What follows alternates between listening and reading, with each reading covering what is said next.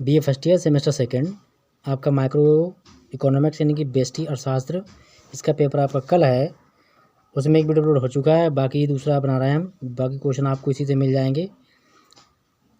Paper का नाम आपका है मैं प्रिंसिपल ऑफ माइक्रो इकोनॉमिक्स, व्यष्टि अर्थशास्त्र के सिद्धांत।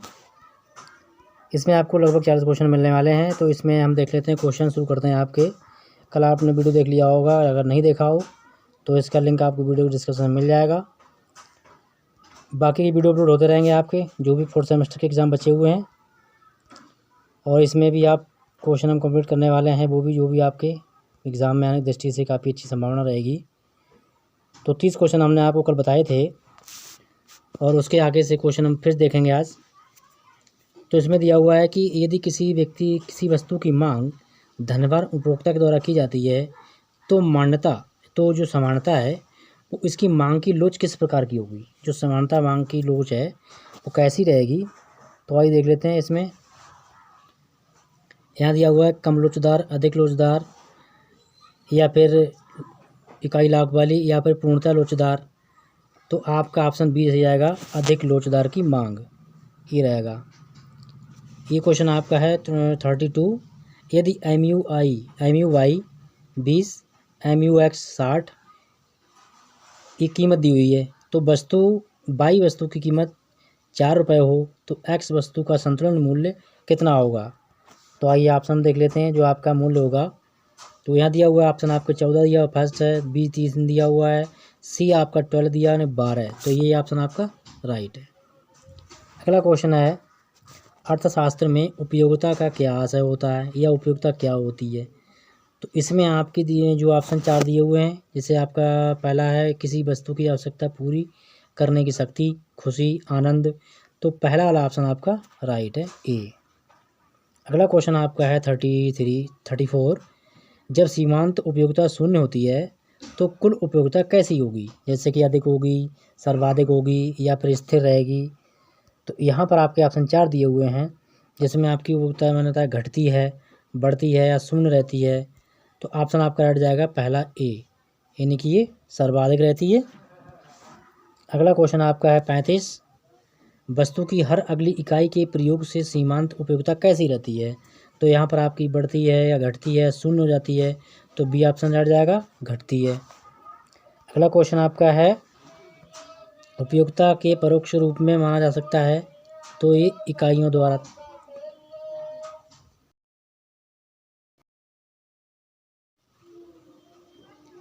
उपयोगिता को परोक्ष रूप से माना जा सकता है इकाइयों के द्वारा। इसमें ऑप्शन आपके और दिए हुए हैं, मुद्रा के द्वारा, या फिर मुद्रा और इकाइयों के द्वारा, उपरोक्त में कोई नहीं। तो बी वाला ऑप्शन हट जाएगा, मुद्रा के द्वारा। अगला क्वेश्चन आपका है, उपयोगिता की माप संभव है, तो किसके द्वारा संभव है, गणनावाचक दृष्टिकोण और कामवाचक दोनों से। अगला क्वेश्चन आपका है, उपयोगिता ह्रास नियम का सर्वप्रथम प्रतिपादन किसने किया था। तो प्रोफेसर बोल्डिंग। इसमें आपके ऑप्शन और दिए हुए हैं, professor Chapman, professor SH Gaussian ने किया था। ठीक है, अगला क्वेश्चन देख लेते हैं।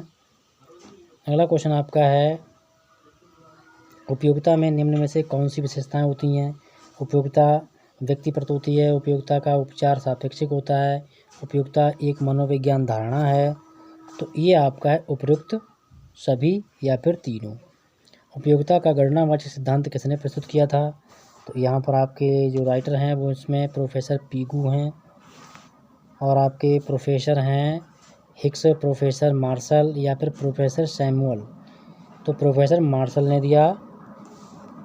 अगला क्वेश्चन है, निम्न में से किस पर उपयोगिता ह्रास नियम लागू नहीं होता है। तो यहाँ पर दिया हुआ जिन पर ह्रास नियम जो लागू नहीं होता है, तो किस पर नहीं होता है, स्वादिष्ट भोजन है, मौसम के फल हैं, दुर्लभ संग्रह की ये वस्तुएं हैं, या फिर दुर्लभ वस्तुओं संग्रह है, अच्छी पुस्तक है, या फिर अच्छी कविता। तो आपका जो सी है वो राइट जाएगा। अगला क्वेश्चन आपका है 42। गोसेन का प्रथम नियम निम्न में से कौन सा है। तो यहाँ पर आपका पहला दिया हुआ मांग का नियम है, दूसरा दिया हुआ है बी सीमांत उपयोगिता ह्रास नियम, तीसरा दिया हुआ है समसीमांता उपयोगिता नियम, उपभोक्ता की बचत। तो आपका जो बी वाला ऑप्शन है राइट जाएगा, सीमांत उपयोगिता ह्रास नियम का। अगला क्वेश्चन आपका है बजट रेखा या कीमत रेखा का ढाल कैसा होता है या फिर कौन सा होता है। तो यहाँ पर आपका PX/PY होता है। तो ये आपका राइट है, ये वाला ऑप्शन। अगला क्वेश्चन आपका है उपयोगिता का संबंध किससे होता है। तो उपयोगिता का संबंध होता है मानव की आवश्यकता की पूर्ति से। अगला क्वेश्चन है आपका उदासीनता का वक्र कैसा होता है। तो उदासीनता का वक्र यहाँ पर बिंदु दिए हुए मूल बिंदु की आपकी या फिर अवनतेदार या फिर दोनों। तो पहला वाला सही जाएगा, मूल बिंदु की ओर उन्नतोदर। अगला क्वेश्चन है आपका किस स्तर के बाद सीमांत उपयोगिता कुल उपयोगिता घटने लगती है। तो जब कुल उपयोगिता क्या ऐसी होती है, अधिकतम हो जाती है, तो क्या होता है, कुल उपयोगिता घटने लगती है। क्वेश्चन नंबर 47 है विलासिता की वस्तुओं की मांग की लोच किस प्रकार की होती है। तो ये अधिक लोचदार होती है। अगला क्वेश्चन आपका है जब वस्तु आवश्यक होती है तो उसे वस्तु की मांग की लोच कैसी होगी। तो मांग की लोच होगी बेलोचदार। यहाँ पर लोचदार दिया हुआ है, लोचदार दिया हुआ है, तो बेलोचदार सी वाला ऑप्शन आपका रह जाएगा। क्वेश्चन नंबर आपका 49 है उपभोक्ता को प्राप्त होने वाली उपयोगिता के अधिकतमीकरण, उसका अधिकतमीकरण का बिंदु क्या कहलाता है या बिंदु कहलाता है। तो वो कहलाता है पूर्ण संतुष्टि का बिंदु कहलाता है। अगला क्वेश्चन आपका है 50 क्वेश्चन में आपका है सीमांत उपयोगिता ह्रास नियम गोसेन का कौन सा नियम कहलाता है। तो यहाँ पर आपके नियम दिए हुए हैं इनके 4। तो ये प्रथम नियम कहलाता है, बाकी नियम इन्हीं के, द्वितीय नियम, तृतीय नियम, चतुर्थ नियम इन्हीं के हैं।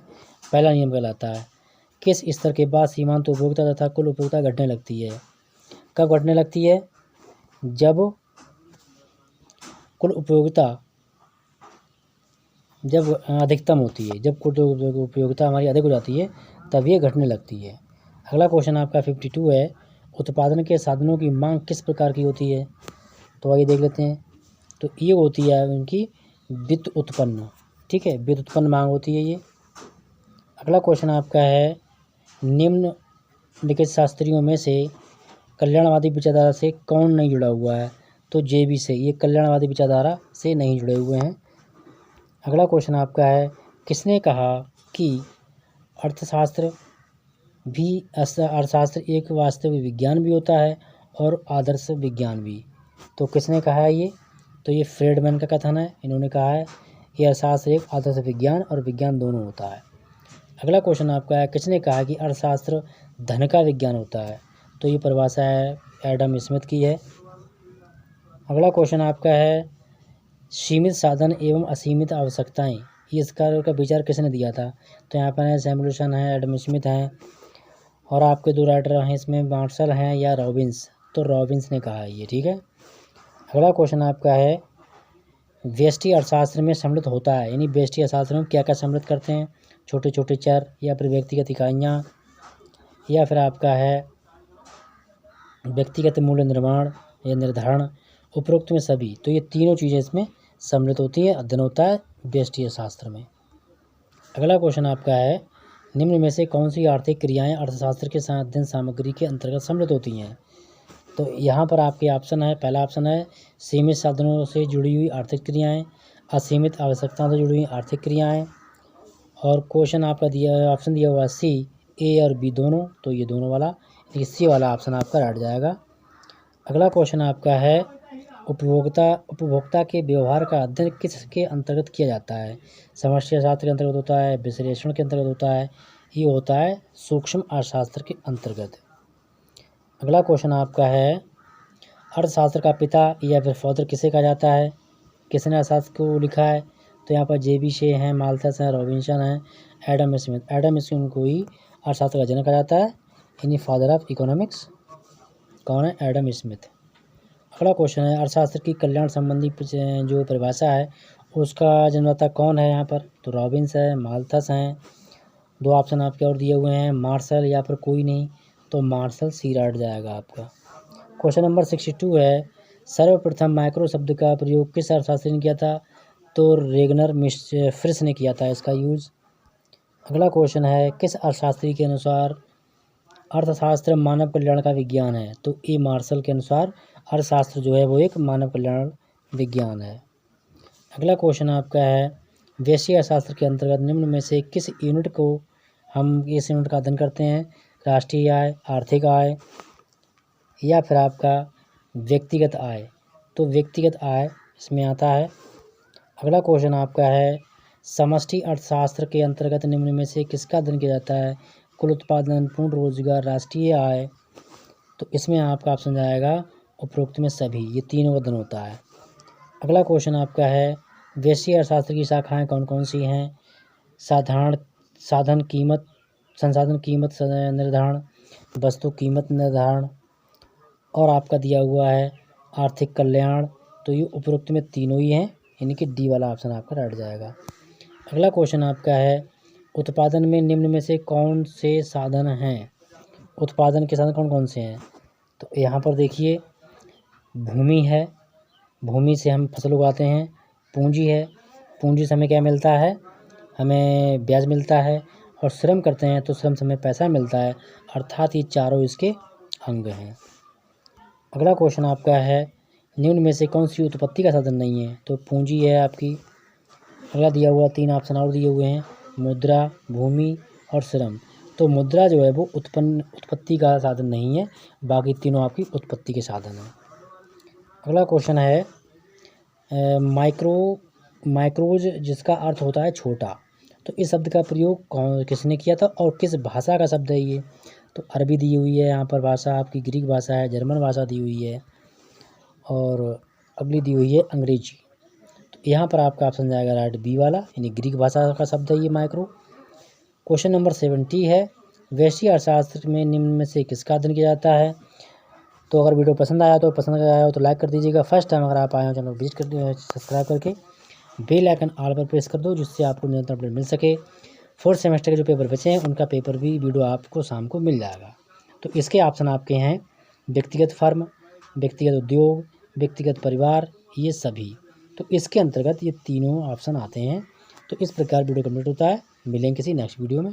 Thank you.